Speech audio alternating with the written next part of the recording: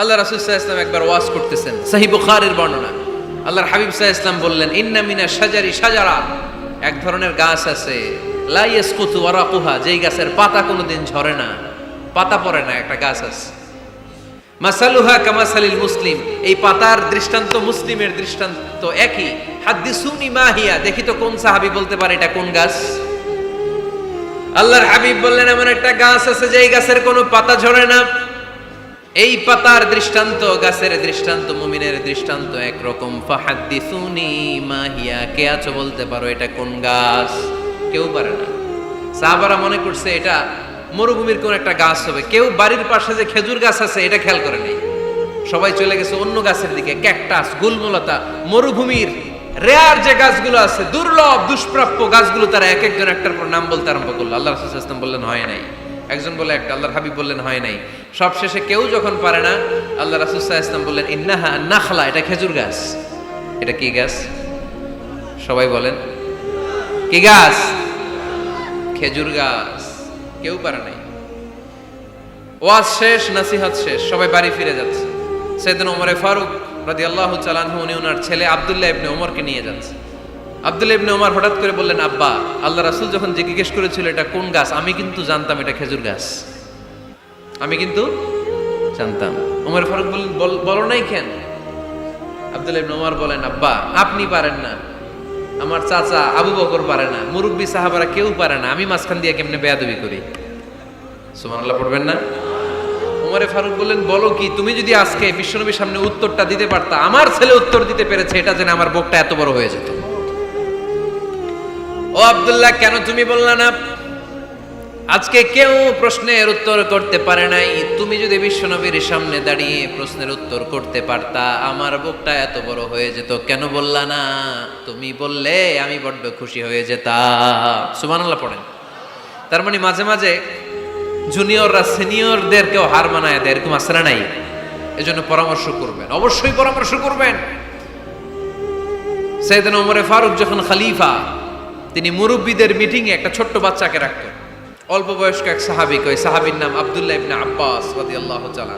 মুরব্বীরা মনে কষ্ট পেলেন, কিরে, এই ছেলের সমান নাতি আছে আমার ঘরে, আমার নাতি আছে এই ছেলের সমান, এই ছেলেকে কেন রাখে? ওমর ফারুক বললেন, একদিন দেখাই দিব আপনাদেরকে কেন রাখি। ওমর ফারুক একদিন সবাইকে বললেন, ইদা জাআ নাসরুল্লাহি ওয়াল ফাতহ ওয়া রাআইতান নাসা ইয়াদখুলুনা ফি দীনিল্লাহি আফওয়াজা, এটা কোন প্রেক্ষাপটে নাজিল হয়েছে আপনারা কে জানেন বলেন তো? এক সাহাবী বললে, এই সূরা দ্বারা বোঝানো হয়েছে আমাদের যখন বিজয় অর্জিত হবে তখন যেন আমরা বেশি বেশি আল্লাহর প্রশংসা করি। ওমর ফারুক বললেন, উত্তর হয় নাই। আরেক বয়স্ক সাহাবী বললেন, আমাদেরকে রব্বুল আলামিন বড় বড় শহর বিজয়ের ব্যাপারে আদেশ দিয়েছে, এই সূরা দ্বারা আমি এটা বুঝেছি। ওমর ফারুক বললেন, হয় নাই।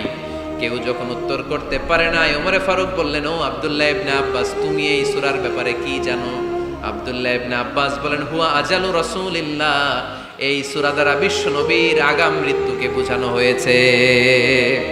ইদা জাআ নাসরুল্লাহি ওয়াল ফাতহ, নবী হে, যখন বিজয় আসবে, আল্লাহর পক্ষ থেকে সাহায্য আসবে, ওয়া রাআইতান নাসা ইয়াদখুলুনা ফি দীনিল্লাহি আফওয়াজা, আপনি দেখবেন দলে দলে বানের পানির মতো লোকজন কালিমার ছাতার নিচে প্রবেশ করতেছে।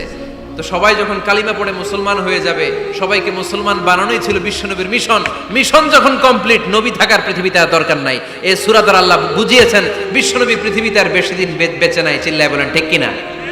ওমর ফারুক ডেকে বললেন, আব্দুল্লাহ, মারহাবা, মারহাবান বিকা ইয়া আব্দুল্লাহ ইবনে আব্বাস, ও আব্দুল্লাহ ইবনে আব্বাস, মাশাআল্লাহ তাবারাকাল্লাহ, কেউ সঠিক উত্তর না দিতে পারলেও তুমি সঠিক উত্তর দিয়েছো। তুমি এই সূরার ব্যাপারে যতটুকু জানো আমিও জানি ততটুকু, পড়েন সুবহানাল্লাহ। তুমি সঠিক উত্তর দিয়েছো। এই হাদিসগুলো প্রমাণ করে মাঝে মাঝে জুনিয়ররা সিনিয়রদেরকেও হারিয়ে দেয়। চিল্লায় বলেন ঠিক কিনা? এজন্য মাঝে মাঝে বাচ্চা ছেলেদেরও পরামর্শের দরকার আছে না নাই? ঘরে সুখ নাই, শান্তি নাই, কারণ পরামর্শ করেন না তো। আব্বা আম্মার পরামর্শ নেন, স্ত্রীদের পরামর্শ নেন, ছেলে মেয়েদের পরামর্শ নেন। গুরুত্বপূর্ণ সিদ্ধান্ত নেওয়ার আগে পরামর্শ করে সিদ্ধান্তগুলো নেওয়ার দরকার আছে না নাই? পরামর্শ করে ফ্যামিলি মিটিংয়ে যদি আমরা সিদ্ধান্ত নেই, ওই সিদ্ধান্তে বরকত দিবে কে? আওয়াজ করে বলেন, ওই ঘরটারে বরকতময় করে কে? কয়টা গেল? 7টা। 8 নাম্বার হচ্ছে, প্রত্যেকটা ঘরে এক একটা পারিবারিক পাঠাগার গড়া চাই, ফ্যামিলি লাইব্রেরি। কার কার ঘরে পারিবারিক পাঠাগার আছে দেখি সুজানগরে? মাশাআল্লাহ, মাশাআল্লাহ পড়েন, আওয়াজ করে পড়েন মারহাবা। যাদের ঘরে নাই তাদের ঘরে একটা পাঠাগারের দরকার আছে না নাই?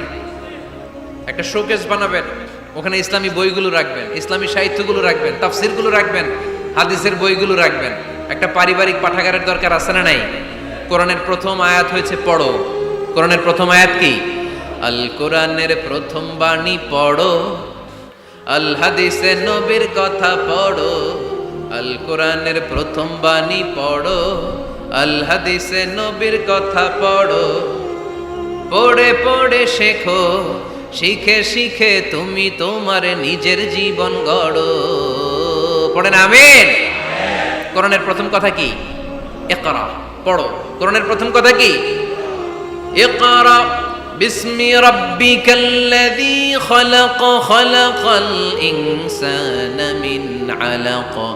ইকরা ওয়া রাব্বুকাল আকরাম আল্লাযী আল্লামা বিল কলম, আল্লামাল ইনসানা মা লাম ইয়ালাম। পড়েন সুবহানাল্লাহ। পড়ো তোমার প্রভুর নামে যিনি তোমায় শিখিয়েছেন। Read in the name of your Lord who has created. পড়ো, পড়ার কোনো বিকল্প নাই, আপনার পড়তেই হবে। বেঁচে আছেন পড়েন, সুস্থ তো পড়েন, অসুস্থ পড়েন, মরে যাচ্ছেন তখনও পড়েন, পড়তে পড়তে মরেন। ও মিয়া, মরার সময় পড়ার দরকার আছে না নাই? মরার সময় পড়বেন লা ইলাহা ইল্লাল্লাহ মুহাম্মাদুর। এটা না পড়লে হবে? তার মানে মরার সময়ও পড়তে হবে। চিল্লায় বলেন ঠিক কিনা? তাহলে সুখী, সমৃদ্ধ, আলোকিত একটা পরিবার গড়ার 8 নম্বর পয়েন্ট হচ্ছে একটা ফ্যামিলি লাইব্রেরি। প্রত্যেকটা ঘরে আমরা এই সিদ্ধান্ত যেন নেই যে আমাদের প্রত্যেকের ঘরে আমরা যেন ছোট্ট করে একটা পাঠাগার বানাই। ওখানে যেন বিভিন্ন ধরনের বই, বিভিন্ন ধরনের বইয়ের কালেকশন রাখি। বই কিনুন, বই পড়ুন, প্রিয়জনকে বই উপহার দিন। বই কিনে কেউ কোনোদিন দেউলিয়া হয় নাই, ঠিক কিনা? পড়তে রাজি আছেন তো? এই যে কোরআনের বঙ্গানুবাদ পাওয়া যায় না এখন, কথা বলেন। স্মার্টফোন আছে কার কার দেখি? হ্যাঁ, কারা কারা স্মার্ট দেখি? হাজার হাজার স্মার্ট, মাশাআল্লাহ। এই স্মার্টফোনের ভেতরে আল কোরআন নামে বাংলায় কোরআনের একটা অ্যাপস পাওয়া যায়, কথা বলেন। পাওয়া যায় কি যায় না? আজকে থেকে এই অ্যাপসটা ডাউনলোড করে প্রতিদিন 1 আয়াত, 2 আয়াত, 3 আয়াত করে পড়া শুরু করে দেন। বাঁচতে হলে পড়তে হবে, বাঁচতে হলে জানতে হবে, ঠিক কিনা? এই স্লোগান আমাদেরকে শিখায়। এই স্লোগান তো আল্লাহ, এই স্লোগান দিয়েই তো আল্লাহ কোরআন শুরু করছে।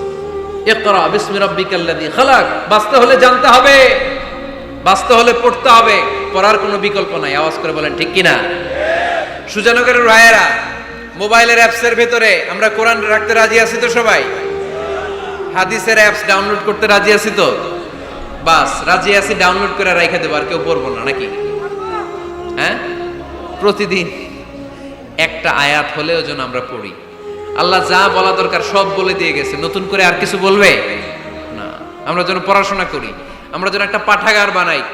আবারও কখনো আসার সুযোগ হলে আমি জিজ্ঞেস করবো, যদি আমার মনে থাকে, যে আপনাদের পাঠাগার আছে কার কার ঘরে। সেদিন সবার হাত তুলতে হবে। এমনি পারা যাবে তো? আল্লাহ তুমি তৌফিক দাও। কয়টা গেল? 8টা। ঘরে সুখ শান্তি ফিরে আনার 9 নাম্বার খুব জরুরি একটা পয়েন্ট, সেটা হচ্ছে ফ্যামিলি মেম্বারসদের মধ্যে মিউচুয়াল রেসপেক্ট লাগবে, পারস্পরিক শ্রদ্ধাবোধ। কেউ কারো দোষ খোঁজা যাবে না, কিন্তু আমরা দোষ খোঁজায় ব্যস্ত, ঠিক কিনা? ইগো ইগো ইগো আমাদেরকে শেষ করে দিল। ইগো প্রবলেম আছে না নাই? বৌমা শাশুড়ির দোষ খোঁজে, শাশুড়ি দোষ খোঁজে বৌমার। এগুলো আমাদের এলাকায়, সুজানগরে নাই। হ্যাঁ, আছে আছে আছে। ফ্যামিলিটা জাহান্নামের টুকরা হয়ে গেছে। বউ শাশুড়ি দেখতে পারে না, শাশুড়ি বউ দেখতে পারে না, আছে না নাই? এর কারণটা কি শুনি বলেন? 3টা উত্তর নিব এখান থেকে। একজন বলেন যে বৌমা শাশুড়ির পিছনে লাগা থাকে, আর শাশুড়ি বৌমার পিছনে লাগা থাকে। বৌমা শাশুড়ির ছায়া দেখতে পারে না, শাশুড়ি বৌমার ছায়া দেখতে পারে না। কারণটা কি? একজন এদিকে আওয়াজ করে। আত্মসম্মানের কারণে। তার মানে ইগো ইগো প্রবলেম। এদিকে একজন, ইসলামের জ্ঞান নাই, মাশাআল্লাহ। আর এদিকে